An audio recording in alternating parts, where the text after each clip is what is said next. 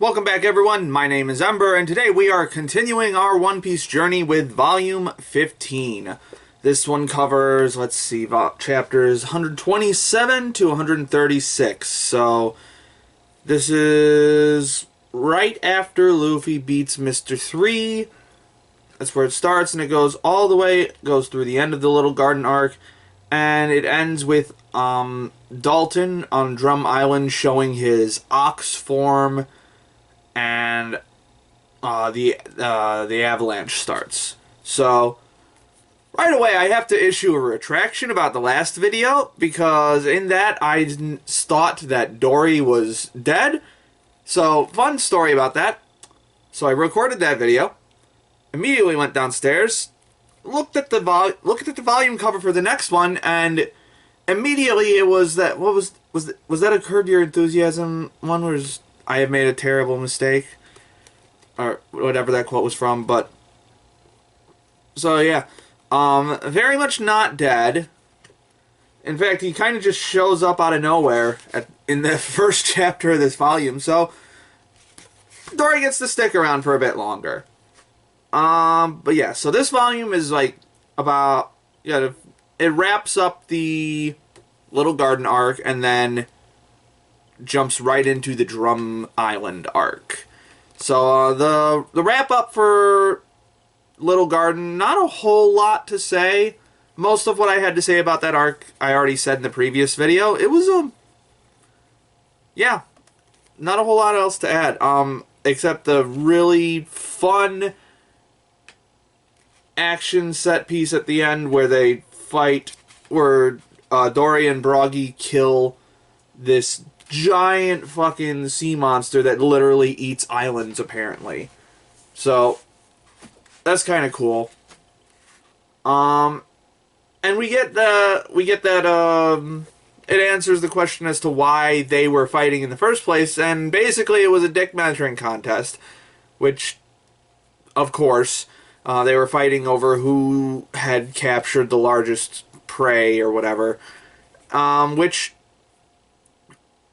actually, now that I'm thinking about it, interesting parallel to Zoro and Sanji, who are literally doing the same thing, but instead of it devolving into a battle that lasts 100 years, eventually Nami just goes, shut the fuck up and get on the boat.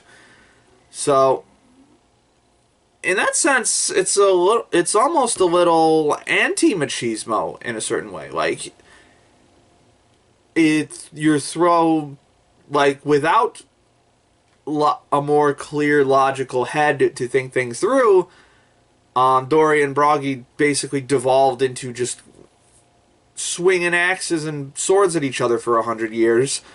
But when you add that, when you take away the machismo and add a little bit of clear-headedness to it, the problem resolves itself almost immediately. So just realized that now as I was talking. So interesting little bit there. But yeah, so Little Ivan resolves, and then shit immediately hits the fan because Nami gets sick. You don't want your navigator getting sick with a fever that eventually reaches 107 degrees. So she dying. She dying bad. They are definitely in trouble. But still, with Nami being as impressive as she is, even she was able to, in her sick, weakened state, was able to steer them away from a cyclone that popped up out of nowhere. Also, really fucking cool. It's not this. It doesn't quite look like Oda's usual art style, so I think that makes it stand out in that sense. It's got a lot more shading to it than usual. So, cool little spread there. And so now the journey is, well, shit. We have to find a doctor before we get to Alabasta, otherwise Nami's gonna die. And this turns out to be, I guess this is the arc where we get introduced to Chopper, though he hasn't had a really proper introduction yet. So, like, if I didn't know One Piece already, I would not have known that Chopper, this basically deer that rides along with Dr. Kureha, or is that her name? Kureha? Whatever. I'm gonna go with that. Yeah, Dr. Kureha. I would not have known that Chopper was about to become a main character from the few bits of him that I've seen in these chapters. He does not have. He doesn't have that huge bombastic introduction that the other characters have. So, interested to see what happens with him. I have no idea what Chopper's thing is. I don't really know him from the anime at all, from the brief bits of the anime that I've seen. So, curious to see where that goes. But then, the Drum Island arc also gets a little bit more political in a sense. This arc was already very much politically motivated because it's about Vivi, an exiled princess, trying to save her kingdom from a group of assassins trying to overthrow it for their own personal gain. And then this one gets even more political has the wrong implication here because it doesn't talk about a specific policy really, but it's more about how leaders should lead their kingdoms. Like, we find out that Walpole was attacked by pirates, and their king, who was this evil despotic piece of shit, just up and left. And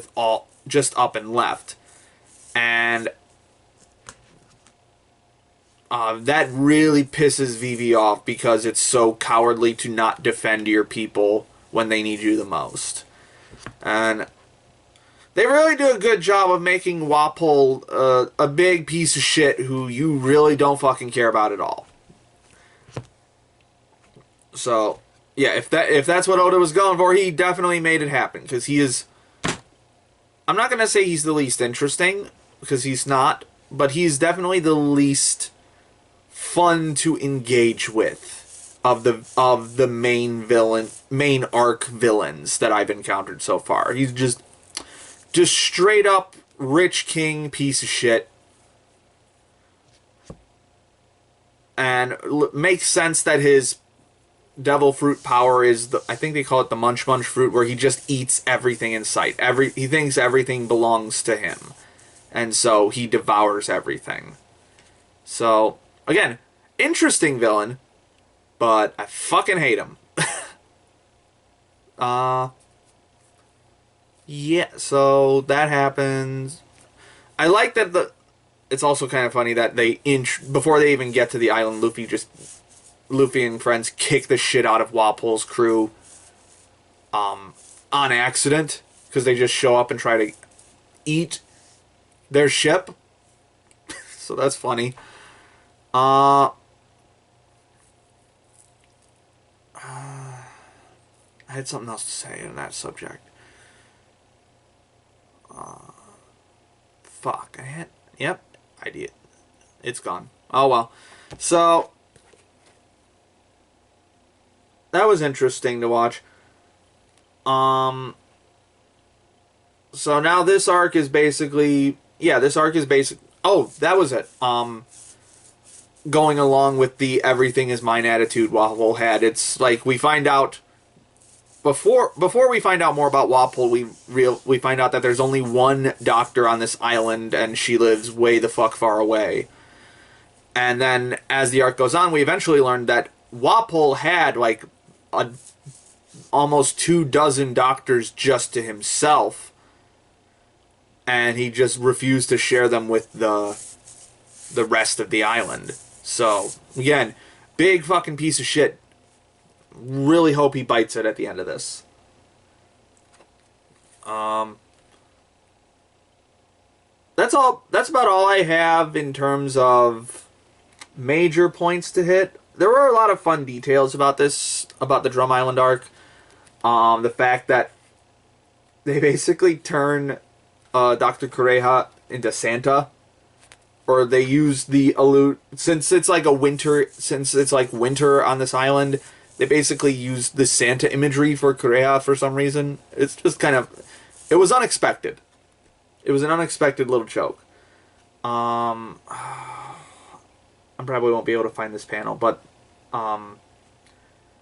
one of my favorite panels from this is when Nami like wakes up in the middle of the night and she sees everyone just out cold on the floor of her room,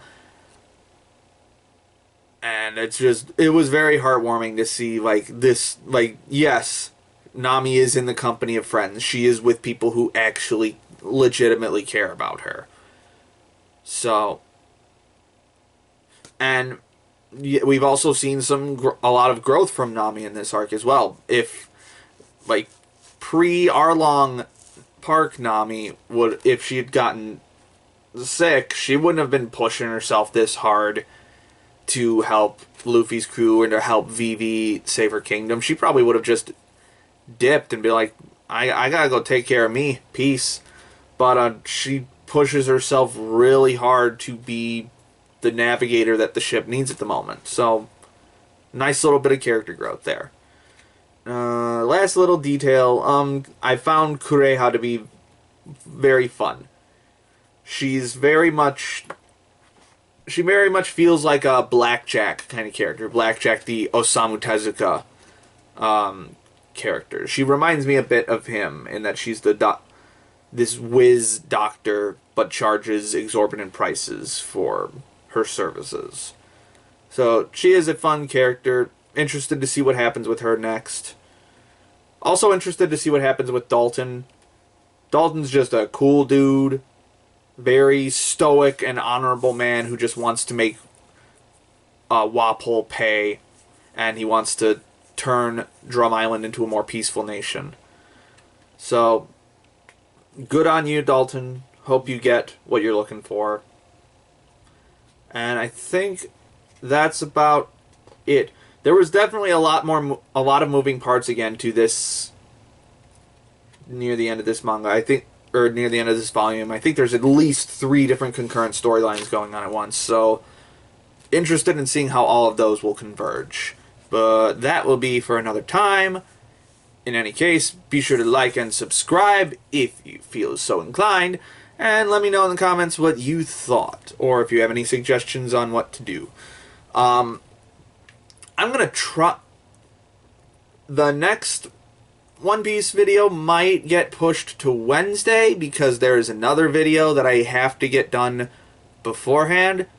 So we'll see if I have time for that. I don't know if I'm going to go ahead and say that One Piece is going to have to take a day break. The channel won't take a day break because there will be a video uploaded tomorrow night. But I'll go ahead and say I'm going to be a guest guest host for AniTube Digest, which is Shabe's like big AniTube project that he runs on his side channel. So, look forward to that. My name is Ember, and I'll see you next time.